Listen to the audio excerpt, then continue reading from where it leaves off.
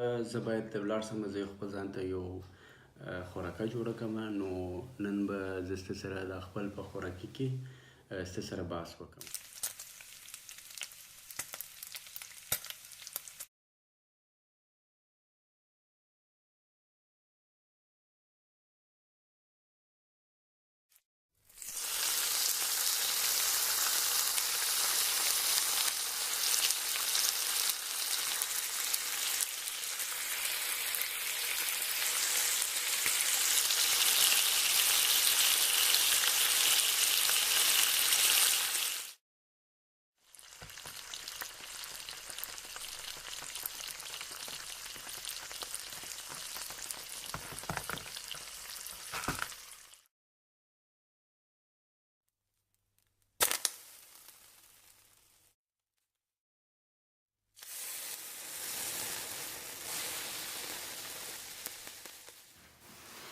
یا زه بیرته راغلم. نو خوراک مې جوړ سو او خوراک مې ستا سره شیر هم کوي او تاسې هم لیدئ چې زما د خوراکه څه طریقه ده چې ما په سره کم سره پخه کړله دا خپله خوراکه.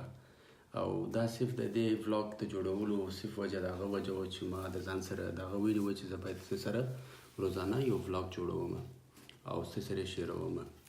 نو دا د خوراک سره چې در سره شیر مې کوي دې خوراک کې که تاسې ولیدله چې ما صرف یو لږ قدر چې یعنې کې چې راواخلې صرف د یو د چایو د کاچوغې په اندازه سره ما غوړي استعمال کړله.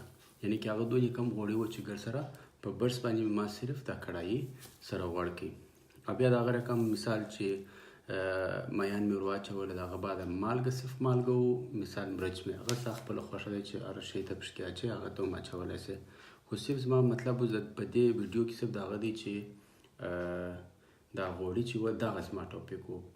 زه غواړم چې سره په دې باره کې خبرې وکړم. نو زه دلته د هاسپیټل ته یو ورځ ورغلم په هاسپیټل کې چې ما وکتله دلې په دغه یوروپ کې. نو هاسپیټل کې مثال هاسپیټل دی په دې کې د یوروپین سم مریضان ستا نو دا هر ملک ته ستا. خو ما چې اکثره د ملکو ته چې ولیدله مثال هغه لکه مسلمانانو د ملکو اکثره مریضان پکې ډېر دي او هغه ټول هم داسې د ځواني څخه دي، د ځوانان ډېر پکې معلومیږي. یعنې کې داسې نه دي چې دوی یا سپین ږیري وو یا سپین سري یا په دغه سره ډېر دي پکې کې په هسپتال کې. او د خارجانو د یوروپین دغه چې دي مریضان چې دي نو دوی اکثریت یا بیخي چې ډېر سپین ږیري څه دي په هسپتالو کې ته به مریضان ووینې یا به ته دی که په ځوانان کې ته پکې وینې هغه دی په خپل ځان لکه شراب یا داسې مثال په یو نورو نشو چې اخته وي نو دی په هغه وجه سره دی په هسپتالو کې دي. او زموږ خلک چې دي زموږ خلک نه نشه کوي نه شی کوي او دوی ولې په هسپتالو کې دي دغه یو غټه دغه ده. او هر یو چې دی تقریبا داسې مریض معلومیږي چې یا د اکثره د نس تکلیف لري، د معدې تکلیف لري یا د بلډ پریشر تکلیف لري یا د پښو د تک د زنګونانو یا مثال داسې تکلیفونه لري چې هغه ټوله تکلیفونه د دوو وجو څخه د پیدا شوي دي. یعنې کې هغه د خارجانو دغه د مې درته وویل د یوروپین ده چې هغه دوه رقمه دي. یعنې کې یا سپین ږیري چې بیخي ډېر سپین ږیري هغه به ته په هسپتال کې وینې یا که ته ځوانان وینې هغه به نشیان دي، د نشې په وجه به دی په هسپتالو کې.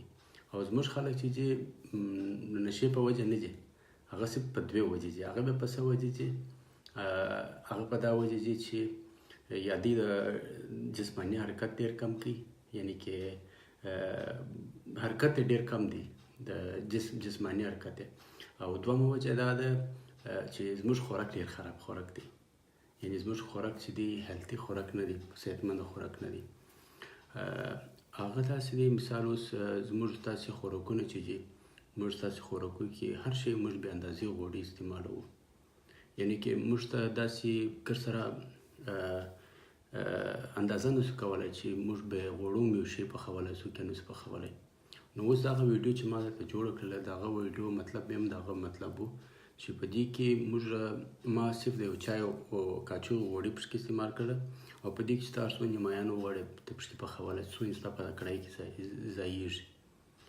نو د هغه رقم مثال که ته غواړې د سهار هګۍ پخې، هګۍ په دونې غوړو کې په یوه چای په کچوغو کې پخولی سې. که ته غواړې چې مثال په نام یو شی ته وغواړې ته هغه په دا کې پخولی سې، په دا یوه چای په کچوغو کې ته دغه کولی سې چې مازې کړی دغه کې، یعنې کې دا شوله صحتمنه ډوډۍ. او دومه خبره دا ده چې موږ تاسو دا خواږه استعمالوو، موږ تاسو خواږه هم بیخي په ډېره بې اندازه خواږه استعمالوو. یعنې کې موږ سهار چای څښو، شنې چای څښلې، په هغه کې بورایي، په د شیدو په چای کې بورایي، بوتلان موږ ډېر څښو، شربتونه موږ ډېر څښو، چار ځای چاکلیټونه یې موږ خورو چې په یو نام یې میټایانې موږ خورو. نو موږ چې څونه د یو خو د جسماني حرکت مو ډېر کم دی چې موږ ستاسې کم زنان چې هغه ټوله په کورو کې سره ناست دي. او دوم وجه دا ده چې نارینه چې موږ هغه هم داسې کم کارونه نه کوي چې دې جسماني حرکتونه ډېر ولري. نو دغه خوراک چې دی خوراک ډېر ضروري شی دی. نو ماته دغه هسپتال چې دی ماته دغه یو غټ درس یې ماته راکړي چې موږ تاسې یعنې کې ښه سم خوراک چې باید موږ ته د صحت لپاره ګټه ولري هغه موږ په داسې په بد ډول یې خورو چې هغه موږ په خپله ځان لپاره لکه زار چې جوړ کړو موږ په دا شکل خورو. نو بس دغه زما ویډیو وه، نو ما دغه ویډیو سره شیروله. نو بس د نن ویډیو زه پر دغه ځای باندې ختموم. زه هم ستړی یم، نو زه باید لاړ شم، زه بیده شم. صرف خپل د ولاګ ورځ مې مازې پوره کوله ستاسو سره. نو بس پر دا ځای باندې زه خپل ولاګ ختموم، نو بیا به سبا پر بل ولاګ باندې بیا ستاسو سره زه بیرته راشم او خبرو به سره وکړو. خیر، پر بل ټاپک باندې. دا په